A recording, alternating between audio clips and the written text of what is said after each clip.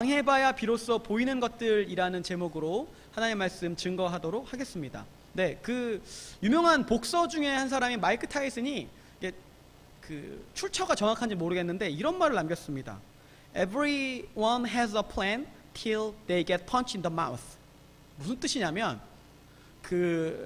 저 발음 나쁘지 않아요. 나 왜요? 왜 그러세요? 자, 너무 놀래는데? 제가 되게 기분 나쁘다. 아시겠지만 제가 되게 굉장히 나중에 사교육의 그 모든 수혜를 받고자 하는 그 원장집 아들로 기분이 나쁘네요. 네, 어쨌든. 네, 이게 무슨 뜻이냐면 이런 뜻입니다. 누구나 그럴싸한 계획을 갖고 있다. 한 대 쳐 맞기 전까지는. 네. 마이크 타이슨이 그 남긴 어록이란 이게 확실하진 않아요. 근데 저는 마이크 타이슨이 남겼다고 해도 맞는 말인 것 같아요. 왜냐하면 마이크 타이슨이라는 그 권투 선수가 얼마나 강했는지 대단한 웬만한 권투 선수도 계획을 세우고 타이슨 만나면 막 이렇게 해야지 막 이렇게 생각을 하는데 시작하자마자 한 대 딱 이렇게 쳐 맞으면 계획이 없어지는 거예요. 뭐야? 이게 빵 맞는 순간 이렇게 정신이 없어지는 거죠. 그래서 이게 뭐지? 계획대로 안 되고 있는데? 이런 생각, 그러면서 이제 그때 깨닫는 겁니다. 내 계획이 모두 망했다. 네, 그런 의미에서 나온 것 같습니다. 근데 이거는 우리 삶과도 굉장히 좀 비슷한 것 같습니다. 그러니까 우리도 망해봐야 정신을 차려요. 아시죠? 여러분도 망해봐야 정신을 차립니다. 여러분의 부모님이 대부분 여러분에게 하는 잔소리는 여러분 부모님의 경험일 확률이 굉장히 높습니다. 왜냐하면 여러분의 할아버지 할머니가 여러분 부모님한테 했던 잔소리인데 그걸 안 듣고 망한 거예요. 그래가지고 똑같은 잔소리를 여러분한테 하는 겁니다. 왜? 경험해봤으니까. 그러니까 망해봤으니까 경험해보고 나서 이렇게 해보는 거예요. 얘기하는 겁니다. 네, 근데 문제는 뭐죠? 여러분도 부모님 이야기를 안 듣고 어른들 얘기를 안 듣고 망할 확률이 아주 높다라는 겁니다. 네, 여러분 보면은 잘 들어요? 네, 여러분 보시면 알겠지만 그럼 그 얘기는 뭐냐면 대부분 망할 확률이 아주 높다는 거예요. 근데 정신은 차리지 않겠죠. 본인한테 정신 차릴 만큼 뭔가 세게 펀치를 한 대 쳐 맞아봐야 안다라는 겁니다. 네, 이런 얘기예요. 근데 오늘 예수님의 비유를 듣는 사람들도 마찬가지입니다. 네, 그러니까 이 비유를 듣는 사람들인데 이렇게 어떤 사람들이냐면은 한쪽은 자신이 완전히 망했다고 생각하는 사람이고요. 다른 한쪽은 이미 쳐 맞았는데 이렇게 자신이 망한지 아직 모르는 그런 사람들에 대한 이야기입니다. 이야기를 듣는 대상이에요. 근데 보면은 말씀을 누가복음 15장 1절에서 2절을 보면은 그 대상에 대한 이야기가 나옵니다. 제가 먼저 읽어드릴게요. 세리와 죄인들이 모두 예수님의 말씀을 듣기 위해 모여 들었습니다. 그러자 바리새파 사람들과 율법학자들이 크게 웅성거리기 시작했습니다. 이 사람이 죄인들을 맞아들여 그들과 함께 음식을 먹는다. 누구죠?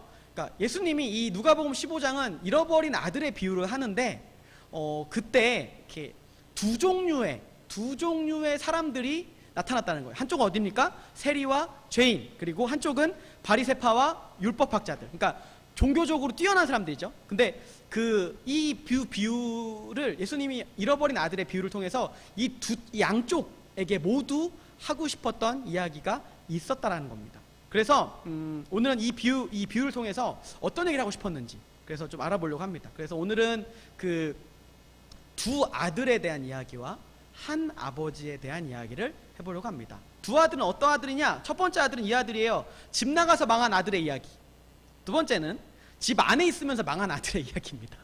네, 누굴 얘기하는지 좀 알겠죠? 자, 그리고 세 번째는 그 아버지는 아들이 망하도록 그대로 놔둔 아버지에 대한 얘기를 할 겁니다. 왜? 둘 다 망하도록 왜 놔뒀는지에 대한 이야기를 해보도록 하겠습니다. 자, 첫 번째, 집 나가서 망한 아들의 이야기입니다. 네, 비유의 시작은 둘째 아들이 아버지한테 이렇게 하는 무리한 요구로부터 시작이 됩니다. 5장 12절에 보니까 이런 이야기가 나옵니다. 작은 아들이 아버지에게 말했다.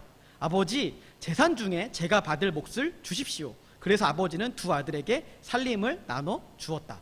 자, 이게 이상한 얘기인가요? 이상하지 않죠. 그러니까 여러분 듣기엔 별거 아닐 수 있습니다. 근데 이 이야기를 현장에서 듣고 있었던 사람들한테는 아주 쇼킹한 이야기입니다. 뭐야? 뭐 이런 의미 다 있어? 왜 그러냐면 아들이 가족의 재산, 아버지의 재산을 요구하는 것은 잘못된 게 아니에요, 사실. 그러니까 권리가 있어요.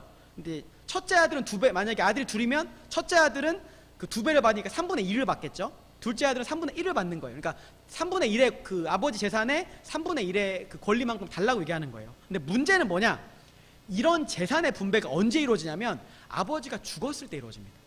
그러니까 그 얘기는 뭐냐? 근데 아버지 재산의 대부분은 뭐냐면은 부동산이에요. 토지, 그러니까 땅이란 얘기죠. 그러니까 현금이 아니에요. 그럼 어떻게 해야 돼요? 땅을 팔아야겠죠. 근데 그 당시 사람들의 그 땅은 어떤 의미냐면 당시 자기 사람들의 정체성이에요. 그러니까 이 땅, 조상들이 물려준 땅은 나의 정체성. 그러니까 땅은 나예요. 근데 그 아들이 땅을 팔아야 된다는 얘기는 뭐예요? 자기를 죽이는 행위와 같다라는 겁니다. 그런데 그 아들이, 둘째 아들이 이렇게 아빠한테 가서 재산 주세요. 내 몫의 3분의 1 재산 내놓으세요. 살아있는데 그 얘기하는 거 뭐냐면 아빠 죽었으면 좋겠어요. 이 얘기하는 거예요. 진짜 아빠는 됐고 아빠의 목숨 같은, 아빠 목숨을 팔아서 나한테 내놔요. 그러니까 아빠 빨리 죽어요. 이런 얘기하는 겁니다. 그러니까 본질적으로 아빠의 재산은 원하지만 아빠는 원하지 않는다는 얘기예요. 그러니까 그동안 둘째 아들은 아빠에 대해서 어떻게 생각하고 있는 거예요? 아빠와 아들의 관계는 뭐냐면, 둘째 아들이 아빠랑의 관계는 뭐냐면, 아빠가 가지고 있는 부는, 그러니까 부유함들, 그 부는 내가 이렇게 누리기 위한 수단이었던 거예요. 단지. 근데 문제는 뭐냐면 그것도 너무 싫은 거야 이제. 그래서 그 부조차도 내가 내 맘대로 사용하고 싶습니다. 이제 그런 의도예요. 그러니까 아빠는 필요 없어 이제. 원래는 내가 그동안 아빠가 갖고 있는, 아빠는 별로 필요 없고 아빠가 갖고 있는 재산이 필요 있어가지고 내가 그동안 있었던 건데, 지금 이제 아빠도 필요 없어. 그러니까 아빠는 아빠 목숨 같은 땅을 팔아서 나한테 줘. 빨리 내놔. 그러니까 아빠 빨리 죽어. 이런 얘기를 하는 겁니다. 자, 어떠세요? 듣는데 기분이?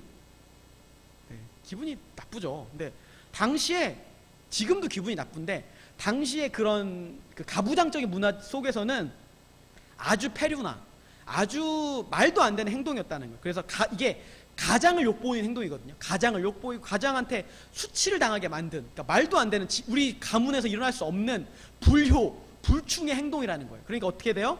집에서 그 사람을, 그 마을이 그 사람을 어떻게 하냐, 이제 처리를 해도 문제가 없어요. 그러니까 집안에서 보면은 우리나라도 옛날에 이렇게 막 그 마을의 수치, 잘못된 일을 하면 어떻게 해요? 멍석말이 했잖아요. 멍석으로 막 말아놓고 막 때렸잖아요.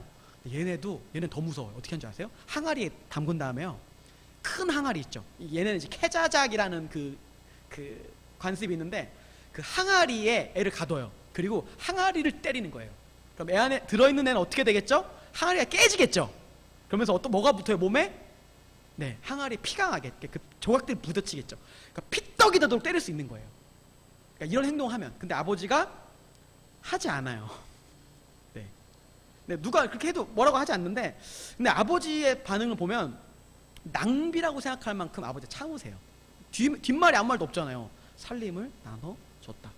근데 이 한 문장 속에 뭐가 담겨 있는 거예요? 아들을 족치지 않고, 아들을 죽여버리지 않고, 아들을 멍석말이 하지 않고, 아들을 캐자작하지 않고, 살려놓고 돈까지 줬다라는 얘기를 한 겁니다. 그러니까 과한 이야기인 거예요. 아버지의, 그러니까 낭비라고 생각할 만큼 아버지는 이 수치를 오래 참고 고통을 감당하고 있습니다. 네, 좀 이상하죠. 근데 이 아들이 이때 좋다고 또 갑니다. 근데 문제는 뭐냐? 멀리 있는 다른 나라에 가서 살아요. 근데 어떤 일이 벌어집니까? 망했어요. 지 맘대로 살다가 망했습니다. 무절제한 생활로 살다가 모두 탕진해버립니다. 다 써버렸어요. 자, 그리고 나서 어떤 일이 벌어집니까? 돼지를 치죠. 진흙탕 같은 인생 속에 빠지게 되는 겁니다. 그제서야 제정신이 든 겁니다. 망해봐야 정신이 드디어 든 겁니다. 그리고 나서 아들이 느낍니다. 망하고 나서 느끼는 거예요. 뭐냐? 아버지를 떠나서는 아무것도 할 수 없구나. 이게 그 의도입니다. 자, 근데 이 비유는 성경에 우리와도 같은 상태입니다. 우리 안에 있는 둘째 아들적인 모습이 우리 안에 있다는 걸 보여주는 겁니다. 뭐냐면, 하나님을 싫어해서 자기 마음대로 살고 싶어하는 내 상태 있죠. 내 마음대로 막 살고 싶어 하잖아요. 그게 우리 상태예요. 하나님 떠나고 내 마음대로 살면 더 행복해질 것 같아요. 그래서 하나님 없이 살고 싶어 해요. 내 욕망처럼 살고 싶어 해요. 근데 어떤 일이 벌어져요? 망상이죠. 살아보셨습니까? 네. 그렇게 살면 그 당시는 모릅니다. 근데 마지막에 어떻게 된 줄 아십니까? 망해봐야 압니다. 네, 망해봐야 이게 안 된다라는 걸 알아요. 그래야 정신을 차립니다. 네. 근데 문제는 뭐죠? 돌아올 수 있을까? 하는 고민인 거예요. 그러니까 사람들이 왜 자살하는 줄 아십니까? 희망이 없다고 생각하기 때문에 자살하는 거예요. 근데 역으로 생각하면은 그럼에도 돌아올 방식이 있다고 생각하면 어떻게 하는 줄 아세요? 뭐라도 다시 붙잡고 돌아와요. 그게 사람의 모습입니다. 그러니까 집 나가서 망한 아들의 이야기를 통해서 성경이 얘기하고 싶었던 거는 이겁니다. 아버지를 떠나서는 아무것도 할 수 없다. 그걸 알아야 돌아온다는 거예요. 망해봐야 아버지 품으로 망해봐야 아버지 품에 있는 게 안전하구나, 집 떠나면 개고생이구나를 안다라는 겁니다. 네. 자, 이번에는 요게 이제 둘째 아들에 대한 이야기입니다. 자, 두 번째, 이제 집안에 있으면서 망한 아들의 이야기, 집안에 있는 망한 아들에 대한 이야기를 해보도록 하겠습니다. 이제 둘째 아들이 정신이 들어요. 그리고서 이제 아버지한테 막 돌아가려고 해요. 근데 이제 이 아들이 진짜 나쁜 새끼예요. 죄송합니다. 나쁜 놈이에요. 보세요. 왜 나쁘냐면 돌아오면 본인이 이렇게 이미 어떤 대접을 받을지 알아요. 아까 얘기했죠. 어떻게 된다고요? 항아리에 들어가서 맞겠죠. 몽둥이로 맞는다는 거예요. 그리고 온갖 요구란 욕은 다 먹겠죠. 그러니까 가서 계획을 세우는 거야. 근데 아버지한테 일단 재산적 피해를 입힌 거잖아요. 그러니까 아버지한테 가서 일단 가서 아버지, 제가 아들에 대한 권리는 포기, 오케이. 근데 내가 이렇게 계약합시다. 아버지, 제가 저를 아들 생각하지 말고 종의 한 사람, 계약관계인 품꾼의 한 사람으로 생각해 주세요. 그럼 내가 아버지의 그 진빚을 내가 잘 갚으면서 여기서 먹고 살겠습니다. 이런 생각을 세우는 거예요. 그러니까 자신이 잘못한 것도 알아요. 근데 여전히 뭐가 있어요? 거래하려는 모습이 남아 있습니다. 그러니까 우리도 망해보면 정신 차리거든요. 근데 여전히 하나님 앞에 거래하려는 마음이 우리 안에 있어요. 하나님, 제가 이것만 해주시면 돌아오겠습니다. 하나님, 제가 이것만 해주시면 착하게 하겠습니다. 근데 그거 아세요? 여러분 그렇게 하고 말고 자시고 할 게 없어요. 여러분 인생이 이미 여러분 마음대로 살면 하나님 앞에 그렇게 얘기할 만한 자격이 없습니다. 네. 근데 우리가 그런 거에 대한 잔머리를 계속해서 품고 있다는 거죠. 그러니까 얼마나 사람이 이렇게 악합니까? 마지막까지 잔꾀를 부리고 있죠. 근데 아들이 이제 이런 계획을 세우고 아버지한테 가서 가서 아버지와 딜을 하려고 이제 갔는데, 아들이 마을에 딱 도착하자마자, 마을 어귀에 도착하자마자 그 계획이 물거품이 됩니다. 왜냐하면 아빠가 그 말을 꺼내기도 전에 멀리서 아버지가 달려나와요. 그리고 아들을 받아들이고 다시 아들의 지위를 회복시켜줘요. 자기는 계획이 없던 거예요. 그러니까 자기 플랜에 없던 일이 갑자기 벌어지는 거예요. 뭐야? 딱 만나자마자, 아버지, 제가 아들의 권리는 포기, 오케이. 근데 품꾼의 하나, 뭐 이렇게 하려고 했었는데 아버지 오자마자, 오, 아들, 너 아들이야. 다시 회복, 일로 와. 잔치, 막 이렇게 벌어주는 거예요. 그러니까 아들은 어떤 일이 벌어지는 거예요? 자기가 생각할 수 없던 그 일이 벌어진 겁니다. 자, 근데 여기서도 성경이 말하고 있지 않는 지점들이 있습니다. 그런 일을 하려고 아빠가 그런 일을 받아줬으면 그 아버지는 사람들이 뭐라고 생각했을까요? 가문의 명예를 먹칠한 아들을 아버지가 다시 받아줬다. 그 아버지 어떤 아빠예요? 좋은 아빠로 생각할까요? 아니요. 당시에 명예가 중요한 사회이기 때문에 그 아빠는 바보예요. 왜 저래? 그러니까 아들의 수치를 아버지가 대신 받았다라는 말이 생략되어 있는 겁니다. 자, 이제 동생이 돌아왔고, 이제 아버지가 동생을 받아들이면서 마을에 잔치를 열어요. 그러니까 이게 뭐냐면, 이 큰 잔치는 모든 마을의 가장 큰 잔치, 성대한 잔치를 벌이면서 우리 아들이 돌아왔다는 공식적 행사예요. 그러니까 어떤 얘기예요? 아빠가 수치를 당하면서 우리 아들 좀 잘 봐줘. 얘 이제 다시 아들이야. 그러니까 함부로 해코지 하면 안 되라는 행사 같은 거예요.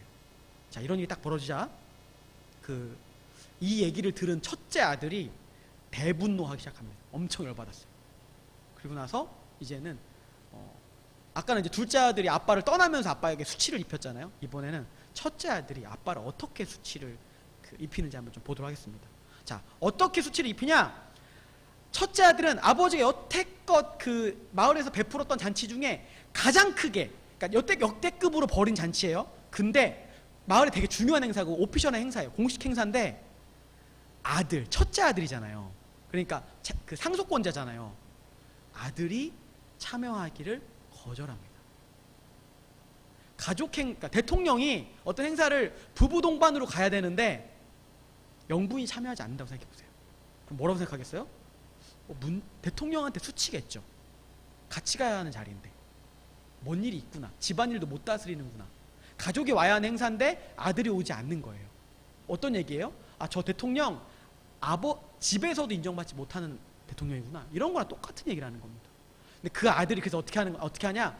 문 밖에 남아서 잔치집에 안 들어가고 딱 여기 서갖고 아버지에 대해서 이렇게 말은 하지 않지만 열받은 표정을 누가 봐도 삐졌어. 누가 봐도 열받고 삐져가지고 서 있는 거야. 들어오라는데 안 들어. 아니 됐어 안 들어가. 이렇게 하고 있는 거예요. 그러자 어쩔 수 없이 아버지가 나와서 큰 아들과 이야기하기 시작합니다. 근데 잘 생각해 보세요. 이게 별거 아닌 것처럼 보이지만 이 상황이 어떤 상황이냐면 마을에 잔치를 베푼 호스트죠. 어떤 행사를 주최하는 주최자가 모든 사람들을 맞이하고 있는데 그 주최자와 가장 가까운 사람이 아들이 말을 안 들으니까 그 아들을 달리려고 나가는 상황이에요. 그러니까 얼마나 수치스러워요. 그 상황인 겁니다. 자, 근데 아버지가 참 이것도 사실 아버지가 힘으로 할 수 있어요. 안 들어오냐? 이러면서 이렇게 할 수 있어요. 근데 안 해요. 오히려 간청합니다. 들어와라. 들어왔으면 좋겠다. 근데 아들이 들어올 생각을 안 합니다. 뜻을 굽히지 않습니다. 그러니까 왜 화난 걸까요? 왜? 그러니까 이걸 보자는 거예요. 첫째 아들은 둘째 아들은 내가 오케이. 그러니까 이 첫째 아들은 왜 열받았을까? 첫째 아들의 빡침 포인트에 한번 우리가 생각을 좀 해보자는 겁니다. 왜 빡쳤을까? 왜 열받았을까? 이게 그렇게 대단한 일인가? 에 대한 일을 좀 살펴봅시다. 뭐냐면 아들을 받아들인 게 행위 자체에 분노한 게 아니에요. 뭐냐면 이 일에 돈 들어간 것 때문에 열받은 거예요. 지금 자 보세요. 15장 29절에 30절의 말씀입니다. 제가 읽어보겠습니다. 그러자 큰 아들이 아버지에게 이렇게 말했다. 보십시오. 저는 여러 해 동안 아버지를 위해 종노릇하고 무슨 말씀이든 어긴 적이 없습니다.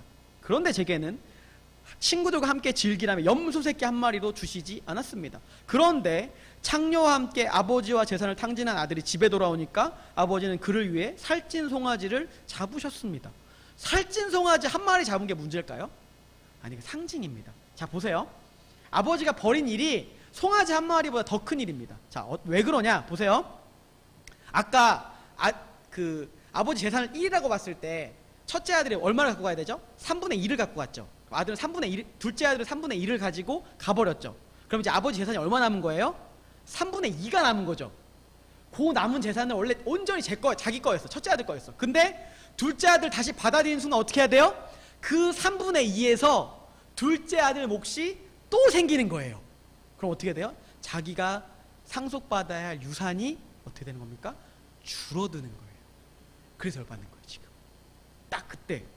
그러니까 첫째 아들이 자기와 그러니까 이런 얘기를 상의 없이 이렇게 한 아버지의 결정이 부당하다고 느낍니다. 그래서 어떻게 하냐?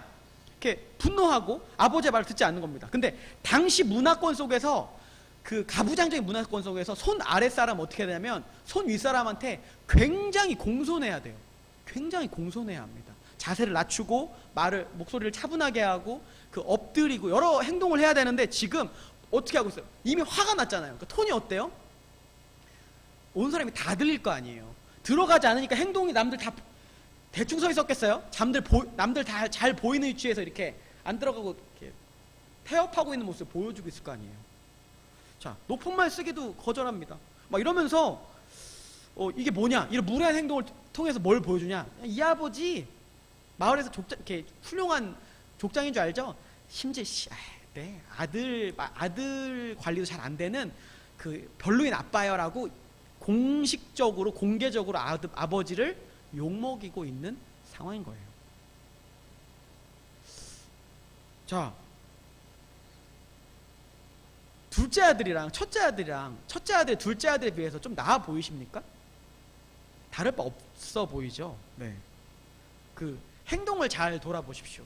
한 놈은 집 밖으로 나가서 사고 친 거고 한 놈은 집 안에서 지금 사고 치고 있는 상황인 거예요. 그러니까 둘 다 첫째 아들이 원했던 게 뭐예요? 둘째 아들과 똑같아요. 아버지 자체를 원하지는 않았어요. 뭘 원했던 거예요? 아버지의 재산을 원했을 뿐이에요. 근데 둘째 아들은 자기가 막 쓰고 싶은 방식으로 이 자유라는 명목 아래 막 이거를 쓰고 통제받고 싶지 않아서 나간 거고, 둘째 아들은 아버지의 말을 잘 듣고 착한 아들, 좋은 아들이라는 얘기를 들으면서 그 돈을 나중에 쓸 생각을 하고 있었다는 겁니다. 그러면서 아버지의 말을 어기지 않는 방식으로 자기 권리를 찾으려고 했던 거예요. 그래서 보시면 굉장히 도덕적으로 살았던 그 사람들, 여러분 어른들 중에 50대, 60대 중에 그때 늙음하게 사고를 크게 치시는 분들이 계세요. 보시면 알겠지만 저 사람 왜 저래 하는 게 사회 지도층 중에서도 존경받는 학자였어요. 존경받는 운동가였어요. 근데 그 사람이 50대, 60대 때 사고를 쳐요. 왜? 이 마음이에요. 내가 이걸 잘 지켜서 내 권리들을 이제 좀 챙겨야지, 나중에 얻어지겠지, 보상이 있겠지 했는데 안 생기는 거예요. 그러니까 어떤 일이 벌어져요? 그때 한몫 잡는 겁니다. 네. 그러니까 티를 안 내면, 그러니까 티를 예전부터 내면 20대 30대부터 그 티를 막 내면 살면은 둘째 아들 모습이 되는 거고, 티를 안 내면서 잘 참고 살면 50대 60대에 첫째 아들 같은 모습으로 큰 사고를 치는 거죠. 네. 둘 다 문제인 거 아시죠? 네, 이런 겁니다. 자, 아버지와 함께 있는데 이 첫째 아들의 비극이 뭐예요? 아버지와 함께 있는데 아버지가 베풀어주는 사랑을, 아버지가 베풀어주는 배려를 못 누리고 있는 거예요. 지금 그 아버지가 자기가 생각한 것보다 훨씬 더 좋은 분이고 훨씬 더 사랑이 넘치는 분이고, 너무 이 아버지의 아들이라는 것조차 그 존재 자체가 얼마나 귀한 것인지를 아들이 지금 모르고 있다는 겁니다.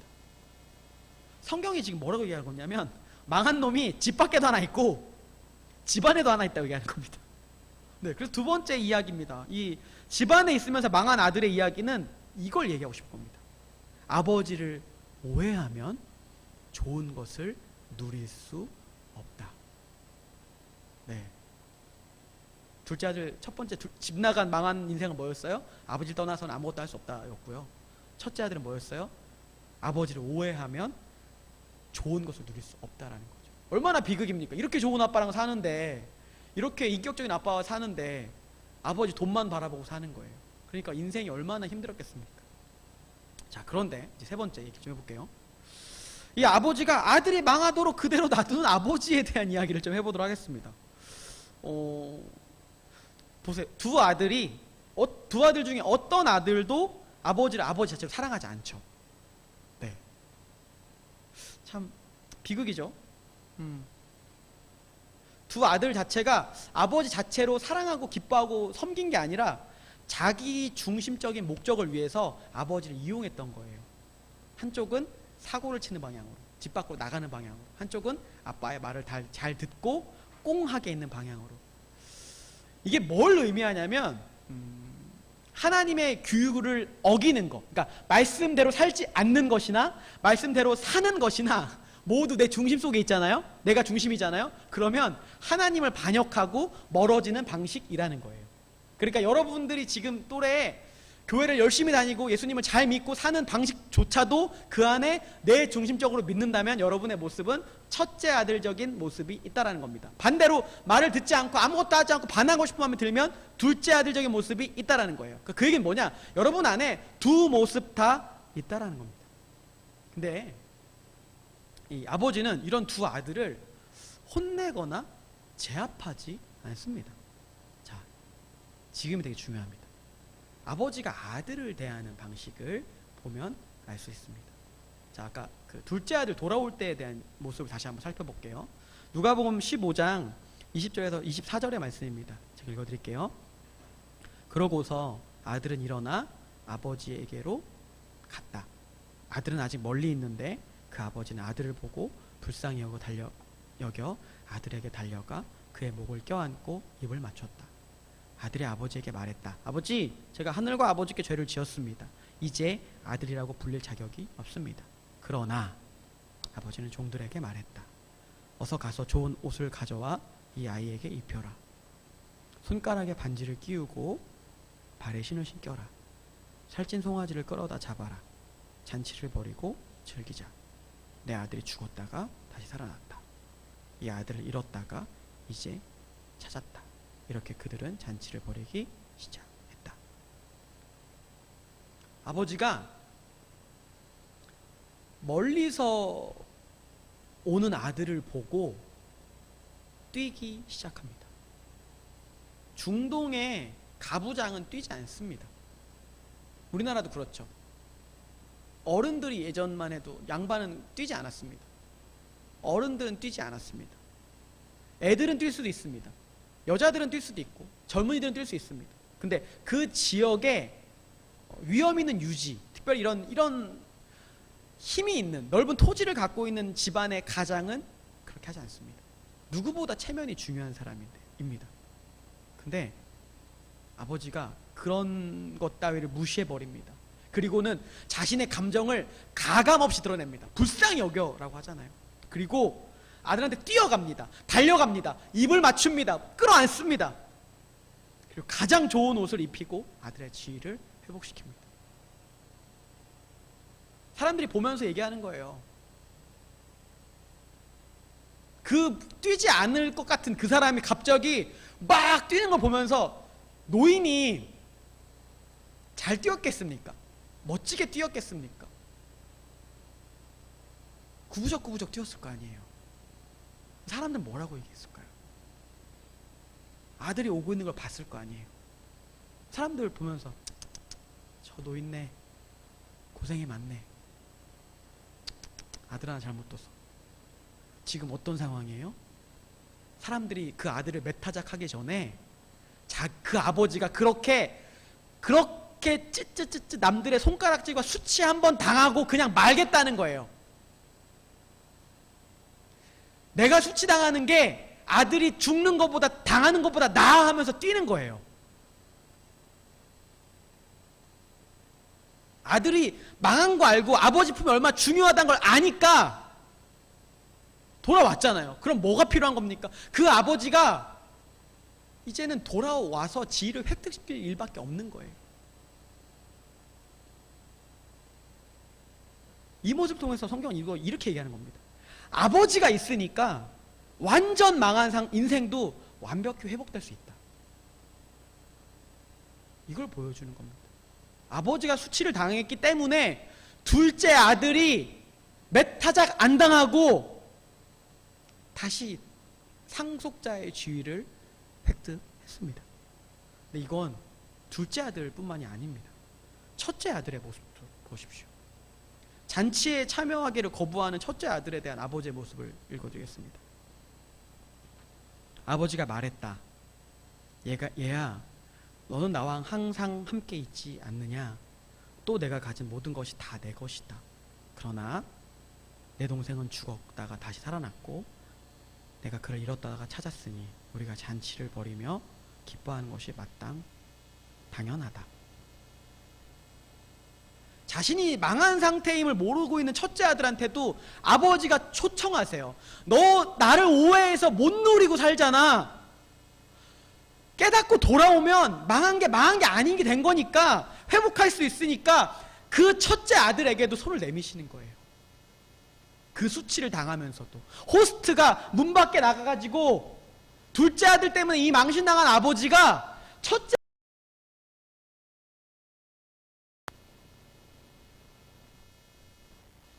세 번째, 그 아들이 망하도록 그대로 놔두는 아버지의 이야기는 무엇을 얘기하고 싶은 거냐? 아버지가 있으면 망한 것이 아님을 알게 하기 위해서입니다.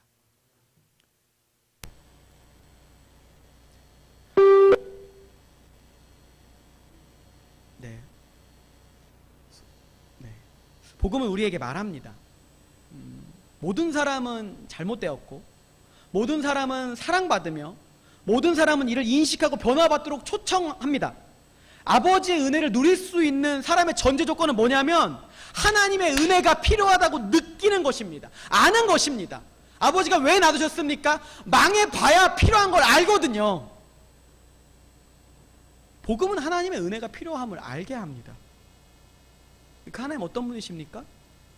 우리에게 넘치도록 사랑을 낭비하시는 분입니다. 그 증거로 자신의 사랑하는 아들을 이 땅에 보내셨습니다. 로마서에 보면 로마서 5장 8절은 이렇게 그 사랑을 이렇게 고백합니다. 우리가 아직 죄인 되었을 때에 그리스도께서 우리를 위하여 죽으심으로 하나님께서 우리에 대한 자기의 사랑을 확증하셨느니라. 아버지의 의도, 낭비하신 하나님, 탕자 말고 두 탕자에 대비되는 탕부 하나님입니다. 그게 아버지의 사랑입니다. 여러분 깨달으셔야 합니다. 여러분 이미 망한 인생이고요, 하나님을 떠난 인생은 이미 망한 인생입니다. 깨닫고 돌아오시라는 겁니다. 말씀 정리하겠습니다. 네, 첫 번째, 집 나가서 망한 아들의 이야기 뭐였습니까? 아버지를 떠나서는 아무것도 할 수 없다. 두 번째, 집안에 있으면서 망한 아들의 이야기 무엇입니까? 아버지를 오해하면 좋은 것을 누릴 수 없다. 세 번째, 아들이 망하도록 그대로 놔두시는 아버지 뭐였습니까? 아버지가 있으면 망한 것이 아님을 알게 하기 위해서입니다. 그 하나님, 네 번째, 그 하나님 어떤 분이십니까?